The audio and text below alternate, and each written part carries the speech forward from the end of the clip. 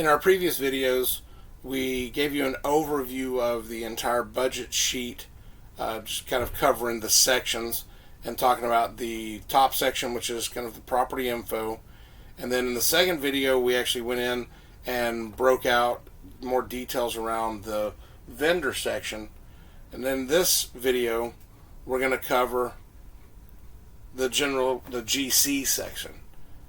And this section is different than the vendor section in that in this we are going to break out labor and materials, because again we are only paying the GCs for their labor. We buy the materials, we pay for their labor. The vendor section, that tends to be more of turnkey type work, where we're kind of putting everything together as far as labor and materials, right? So in this section, you'll see that there's some of the same things, by area. So it kind of talks about, the kind of the who's doing it. Then you get into the item description. This section does use the general contractor, the GC section does use the SKU numbers quite a bit, because we do know certain default items that we're going to use, and we know we have the SKU numbers that we keep them updated from Home Depot. Then you'll see that there's an item amount, quantity, total, right? Then there's more columns here, because now you also have hours, and then labor, and then a total cost on that. Right? You also still have a scope and notes section, which again will give the analyst a chance to go through and to actually give you a better description of what is in that line item, what they were including in that line item, and what that is for. So there is a slight difference in these first few lines, and that's because we're talking about painting, and you can see that there is a little bit of a difference in that there's a painting, and then we have an interior, and then you see there in parentheses materials, and then right below that painting, exterior materials. So with this, you'll see that we've actually broken out painting both for interior and exterior into labor and materials. And you've got, in this case, up here in the materials, you see that would be the dollar amount that would carry over. So I've got 500 in this item amount, which is your materials, with a quantity of 1, and that 500 carries over, which then carries over into the total cost. In this case right here with the exterior materials, again, 500 here, and it carries over just to the materials. Then when you go down right below the next one, I'll talk about sundries in just one second. When you go down to the next section, then it specifically is breaking out labor. So you see, just got $1 in the materials just to make it carry over instead of having a 0 in that column. But then you can see that in the actual labor, now we're talking about we've got something where we would actually assign the number of hours for that item to be completed, and then this would carry over into our interior and exterior labor costs. So painting is broken out a little bit differently. You do notice, and I told you the sundries, there are some things, some various things from a material standpoint that the analyst might put in there.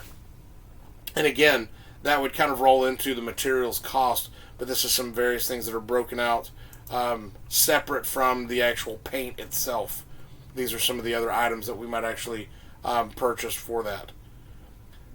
After the paint section, the rest of this is pretty consistent in that you've got kind of a general section is what everything kind of falls into at this point. And then you have the item description. And right now, you see in the SKU number, it says find. And you might think, well, what is that? Well, there are certain things that we don't necessarily have a SKU number, a specific SKU number for that item. So for the budget analysts, they have this in there that's basically telling them and us, hey, this is one that we would have to find the SKU number. We'd have to look up what it was and what SKU number we wanted to use for this. So if you see find, that's what that's talking about. If you scroll down a little bit, you'll see when you get down to like fire extinguisher, well, we know what the SKU number is for the fire extinguisher that we're going to use. So those types of things you'll see where the SKU number is actually kind of pre-filled in for the budget analyst. That way they're not having to constantly go in and put in those SKU numbers and things like that and look them up. But let's take like debris removal right here. Well, if you think about it, there's not a lot of materials that we would end up using from a demo or from a debris removal perspective. So it's more around the labor. And in this case, you can see that I've got, let me scroll up a little bit, I've got hours in column H, labor in column I. So right here, this would be how many hours would it take for them to trash out this property, to remove all the trash. And then you've got that 2881. So that's the standard labor rate. That's what we mentioned in the very first intro video, that our standard labor rate for any of our GCs is $28.81 per hour. So in this case, what the budget analyst is doing is they're going to calculate based on how bad the house is trashed or how it's not trashed, how much debris is going to have to be taken out and everything else. They're going to do a calculation and say, we think it's going to take X number of man hours. And then they're going to plug that in, and that's the labor rate that we would pay for that line item for the GC. So right now it's just set at 1 hour, so $28.81. If we went in and changed this to say, hey, we think it would take them 3 hours to do it, you change that to 3, and everything adjusts. Right? So just like the vendor section, the quantity is very important, but in this case, rather than looking at the quantity of, like just the overall work, we're focused on the GC side of things a lot more on the quantity of man hours when it comes to their labor.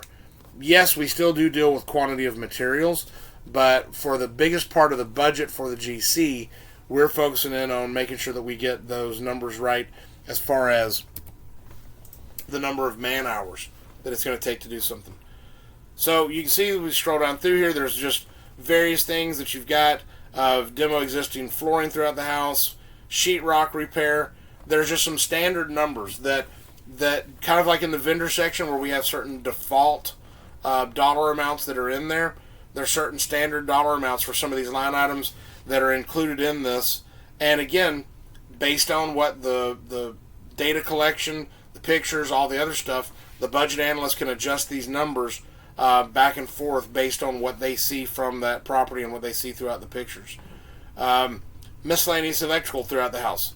Kind of a standard number that they've put in that, hey, we know the GC's doing things and there might be, some minor electrical stuff that they need to deal with. Well, that's put into the budget so that we have that to be able to cover various costs and different things. GFCI replacement package. We all know how GFCIs can be a little bit finicky sometimes. So there is some of that that's included in the budget. By default, this is where it sits. But again, the budget analyst can adjust this up or down if needed. But in a lot of cases, that just kind of gets included in because it's standard stuff. Then you get into things like, the fire extinguisher, smoke detectors, things like that, where we're capturing some of those like individual things, light bulbs. Again, that's where we would look up the SKUs. But just all these different items you can scroll down through, and you'll see things like this that I wanted to bring up. The water heater. In the second video, we talked about that in the vendor section, there is a line item for replacing the water heater. And there's also a line item here in the GC section. This goes back to who do we want doing the work. If it's something that's going to require that a plumber do the work and we've got to have a licensed plumber do it, then that would go in the vendor section. If it's something that our GC can handle and there's no regulatory reasons why we can't let them do it, then it goes into this section. And then we can also include, because we're not doing turnkey, we're actually buying the materials, we can break some things out as far as some plumbing supplies, water heater pan, that type of stuff, that we can capture some of those things as far as materials go. If I keep scrolling, you'll go through the general section where you can see that in the one column on the left, in column B. And then you get to where it starts showing foyer and living room and family room and those types of things. First off, just to kind of answer a question here, the reason why you see that some of those cells are highlighted, that's just for a visual thing for the budget analysts, so that they can see when one room stops. So you can see that you got foyer, and then the next time you get a highlighted item is in living. So that way they can distinguish between these as they're going through and scrolling through to build these budgets. They can make sure they get some of these things done. Again, we have certain default items like the dome light, brushed nickel. That's a standard thing that we're putting in pretty much for most rooms. They also have included, if we needed it, if there's any demolition, that's kind of included in there that they could add. Then you'll notice if you get down to the living room and the family room, this is an interesting thing. And again, it's to save the budget analysts some time when they're building these from not having to go in and enter the same information over and over and over again. You'll see that you've got a ceiling fan, 52-inch, and then a dome light. And then in family room, it just reverses. You got a dome light and then a ceiling fan. Well, we're going to do one or the other in these rooms. Remember, based on our specs, we are going to put a ceiling fan in either the living room or the family room and the master bedroom. So we're going to put those in based on our specs. So what they've done is they've just created this where all they have to do is go in and say that in this instance we're going to put the ceiling fan in the living room. Then they can go in and they can adjust the quantity, and that takes care of it, and that carries everything out as far as giving them their labor hours and everything else. Because those types of things that are standard line items, those items actually, we've actually built into the sheet how many hours does it take to replace a ceiling fan. And that's how it's calculated out. So all of these things that we have certain man-hour calculations that are already done, and that saves them the time from having to go in and do all of those when they get into some of the rooms. But in this case, if I put a ceiling fan in the living room, then I'm not going to put a ceiling fan in the family room in this case. So again, then they would go in and they could select that, hey, we're just going to put that dome light in there. And again, it then carries over and gives them the how many man hours do we calculate. It takes 0.4 man hours to do that. So that comes out to 2150 as far as the labor goes. The other part of this, they can add to these rooms. So it's not that they, just have these pre-filled kind of areas. They can go in and they can add other things to the rooms. What's nice, they can use a drop-down box. And this is pretty in-depth, but they can actually go in and they can select certain items based on what's in our scopes. But in a lot of cases, they can even go in and they can start typing something and it will fill in the field, or they can put in something completely different. They could put in something different with some of those to basically fill in those fields. So it runs through the rooms. Then when you get down past all of the rooms, bedrooms and bathrooms, that's a pretty extensive section, and go through the garage, you'll see that like in the garage, by default, hey, we are going to paint the floor of the garage, so everything is set there. We just need to know what the quantity, and they can establish those. Then you get into exterior items.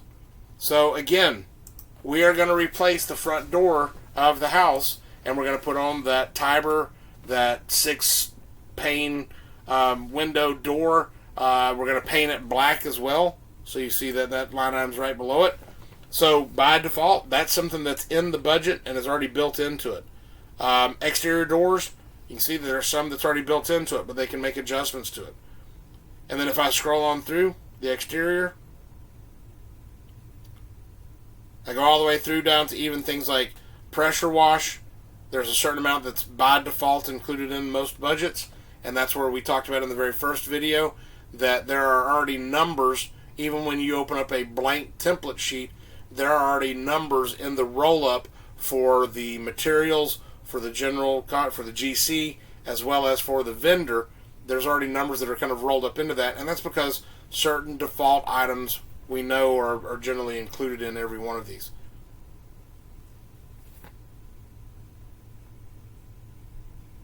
The other part just to kind of bring this back, the notes over here in column K, this is an important part to make sure that when you're going through and you're reading your scopes, that you are looking at the notes, that you're looking at what the budget analyst put in there, because they can spell out specific things for you so that you have everything, you're knowledgeable about what they are calling out in the scope, and we're not doing the wrong things or we're missing certain items or whatever else.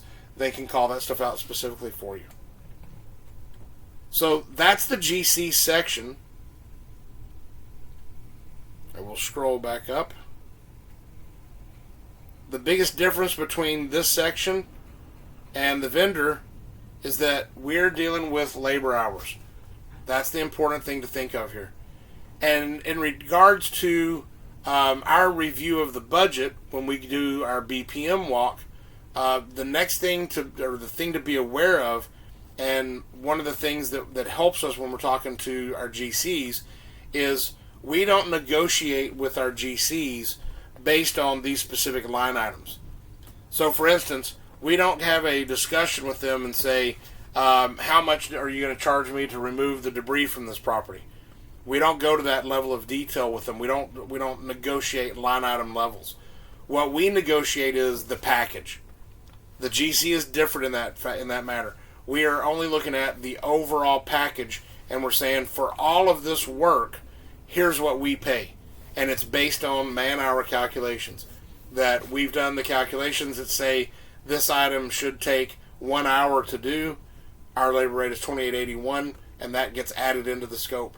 But at the end of the day, we're not really discussing with the GCs what we pay at a line item level. We are just discussing with them, here's what the package is, here's what it pays, and that's kind of our negotiation with them. Our next video, we'll talk about a little bit into the property info section again, and some of the roll-up information that comes from all of the different scopes, from the GC, from the vendor, how it all rolls up together into that top section so that we know what we have in the budget, what the totals are, and even some of the breakouts to separate things like my material budget from my appliance budget. So the two of those are combined together, but we also break it out for you so that you know what you're spending on appliances versus what you're spending on various other materials from Home Depot.